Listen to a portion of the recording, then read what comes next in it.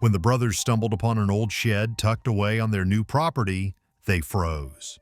The moment they opened its creaky door, they both screamed and scrambled for their phones to call the police. What they saw inside was something they never expected. The shed felt completely out of place. Neither of them remembered seeing anything like it on the property plans. They exchanged uncertain looks. They jumped into this purchase pretty fast, caught up in the excitement. But had they missed something serious? A whole building like this wasn't easy to overlook, yet somehow they were only now noticing it. Henry and Tom Stevenson had always dreamed of building their own home from the ground up. So when they spotted a huge piece of land listed in an online auction just outside their town, it seemed like the perfect chance. The price was surprisingly low, almost too good to be true, but they decided to go for it. The place looked just right for what they had in mind. What they didn't know was that the land had a hidden past. The two brothers were tight. Growing up, they'd spent years working side by side on different projects. Their shared love for building and design made them a solid team, and they were excited to finally take on something of their own. They pictured a cozy farmhouse where they could raise their families, or maybe even turn it into a quiet bed and breakfast. Ideas were flowing, but so far, they'd only seen the property in photos. They had a general idea of where it was, but they were eager to walk it in person and get a real sense of the place. So on a crisp autumn morning, they headed out to see the land for the first time. You could feel their excitement. The drive was filled with chatter, tossing around ideas and picturing the future. "This is going to be awesome," Henry said, eyes lit up. "I just want to see what we're working with," Tom replied, his hands tightening slightly on the steering wheel as they neared the spot. When they pulled up to the gate, they stepped out and looked around at the wide stretch of land. It was wild and overgrown with tall weeds and scattered trees, but even through the mess, they could see the potential. "This is going to take a ton of work," Tom said, scanning the area slowly. "We knew that," Henry replied, "but at that price, we really can't complain. Let's go check it out." They started moving through the brush, pushing past tangled weeds. Henry went straight ahead while Tom veered off to the right.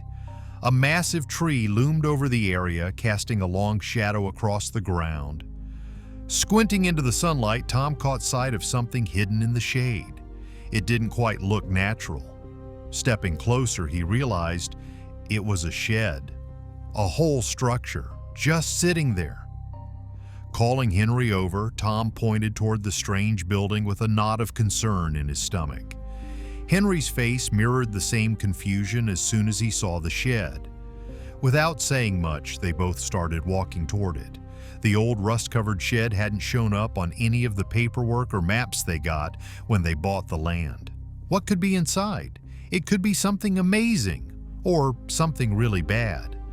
Either way, they were definitely curious. The closer they got, the more they realized how big it actually was.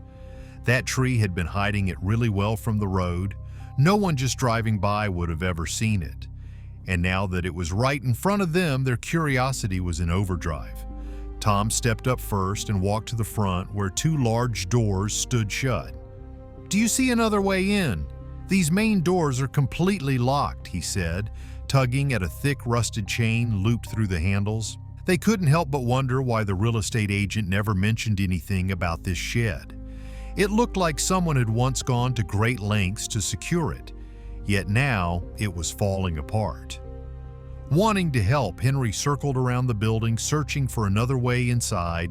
When he didn't find anything, he grabbed a steel pipe from a pile of debris and shoved it into the chain.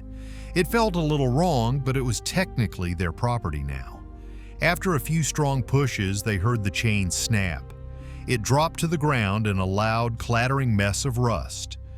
The heavy doors, now free, creaked open slowly on stiff, corroded hinges. A damp, musty smell spilled out, thick and stale. Most people might have hesitated, but the brothers were too caught up in the moment to back away. Their imaginations ran wild. Maybe there were old tools inside or some kind of forgotten equipment or even old heirlooms left behind. They felt like one of those treasure hunting teams they'd seen on TV, digging through old, forgotten places. It was pitch dark inside, so they both pulled out their flashlights. As the beams cut through the dark, clouds of dust stirred from the floor and floated through the light. They moved their lights slowly around, trying to get a feel for the space, and then suddenly, they screamed. Something burst from the shadows. A swarm of bats exploded out, flapping straight toward them. The brothers ducked, covered their heads, and shouted over each other until the bats had all flown out. When the noise finally died down, they slowly stood up, still shaken. Part of them wanted to laugh it off, but part of them seriously considered locking the place back up forever. The bats had been a nasty surprise, but their curiosity still won out. They pressed forward, hoping there weren't more surprises hiding in the dark.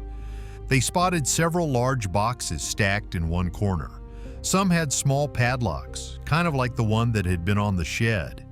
It was odd. Why would someone chain up boxes and then leave them in a place like this? If they held anything valuable, wouldn't someone have taken them long ago? The boxes were worn down by time, but they weren't ordinary. Each one was covered in detailed carvings that looked expensive, almost ceremonial. The faded navy and deep red paint gave them an antique feel, definitely not what you'd expect in a dusty shed. Luckily, these locks weren't as strong. A little effort was enough to snap them open. Before lifting the lid, the brothers looked at each other and took a breath. What they found inside wasn't treasure, but something just as strange. The boxes held old documents, a carefully drawn blueprint, and a stack of photographs showing a man with his family. It was an odd mix to leave behind in such a forgotten place. These felt personal, like the kind of thing someone would keep in a drawer, not a shed. "Check out these pictures," Tom said, narrowing his eyes. Something about the man looked familiar, though he couldn't figure out why. The guy was clearly from an older time, based on the style of his clothes. Still, Tom couldn't shake the strange feeling that he'd seen him before. These must have belonged to whoever originally owned this place, Henry guessed, studying the blueprint more closely. The lines were clean and detailed, done by someone who clearly knew what they were doing. But one thing stood out: initials, RS, drawn inside an upside-down triangle. "This feels weirdly familiar," Henry said quietly, his eyes fixed on the initials. It echoed exactly what Tom had been feeling too, but it just didn't make sense. How could they recognize someone they'd never met? At that moment, they realized this might be bigger than they thought. It felt important. There could be someone out there looking for these things. So they decided to call the police. Maybe they'd have access to more information about who owned the land before. About 30 minutes later, the police arrived, unsure what the issue was at first. But once the brothers led them to the shed, the officers looked just as surprised. None of them had noticed it before, even though they'd driven past the area plenty of times. As Tom showed them the inside, the officers raised their eyebrows at the sight of those ornate boxes in such a rundown structure. When the brothers handed over the documents, one officer said he'd take them back to the station and see what he could dig up. Henry and Tom appreciated the help, but they couldn't shake the restlessness. The whole thing felt like a mystery begging to be solved. That night, they tossed and turned, unable to stop thinking about it. The next morning, they did what they could. They went to the local library, hoping to find anything on the initials RS.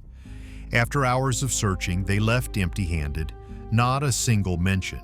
That only made things more frustrating. How could something that old and clearly valuable have no record? And when the police called to say their search hadn't turned up much either, it just added to their confusion. All they'd learned was that the land hadn't changed hands in ages, and the previous owner's records were sealed. Now the brothers felt completely stuck. How could it be this difficult to trace a property's past? So they tried one more thing. They placed an ad in the local paper asking for any information on the previous owner or whether anyone knew anything about the documents they'd found. Then all they could do was wait. Days passed, then weeks, nothing. They wanted to start building on the land, but they couldn't shake the feeling that they had to figure this out first. Just when they were about to let it go, early one morning, the phone rang at Tom's place. "I saw your ad," said the voice on the other end. "I'm a historian, and I think I can help." They quickly arranged to meet. The man, Mr. Whitaker, was older, clearly experienced, and had brought a stack of records with him. He explained that the initials RS stood for Robert Stevenson, the original owner of the land and a key figure in the town's early history. Robert Stevenson was probably the wealthiest man around here in the 1800s, Mr. Whitaker told them. He was known for his attention to detail, and he built some of the most impressive homes in the region. The brothers looked at each other, stunned. "Stevenson? That's our last name," Henry said, his voice barely above a whisper. No wonder the man in the photo had looked so familiar. Mr. Whitaker carefully unfolded the blueprint the brothers had found. "This is nearly identical to one I have in my archive," he said, pulling out a similar sheet. "But there's a difference. Yours has an extra room." Looking between the two papers, the brothers saw it clearly. The missing room on Mr. Whitaker's blueprint was right where the shed now stood. After Robert Stevenson died, most records about his life just disappeared, Mr. Whitaker explained. "If there's a hidden room, that could be the reason why." Feeling a new sense of urgency, Henry and Tom made their way back to the shed. Everything felt different now. They weren't just walking into an old outbuilding, they were stepping into a piece of their own history. They stomped around, listening for hollow sounds beneath their feet. "Henry, over here," Tom called out suddenly. "Something's under us." They cleared away the dirt, uncovering a wooden hatch. Heart pounding, they pulled it open. A dark hole with a ladder led straight down. Hanging on the wall just inside the hatch was an old oil lamp. Amazingly, it still worked. As it flickered to life, it lit up a scene that neither of them expected. Below wasn't some damp storage space. It was a carefully arranged living room. The furniture, though aged, was in perfect condition. And hanging above it all was a large oil painting of Robert Stevenson and his family. It matched everything: the quality of the boxes, the blueprints, and now the weight of what they'd discovered. "This is unreal," Henry whispered, eyes wide as he stared at the painting.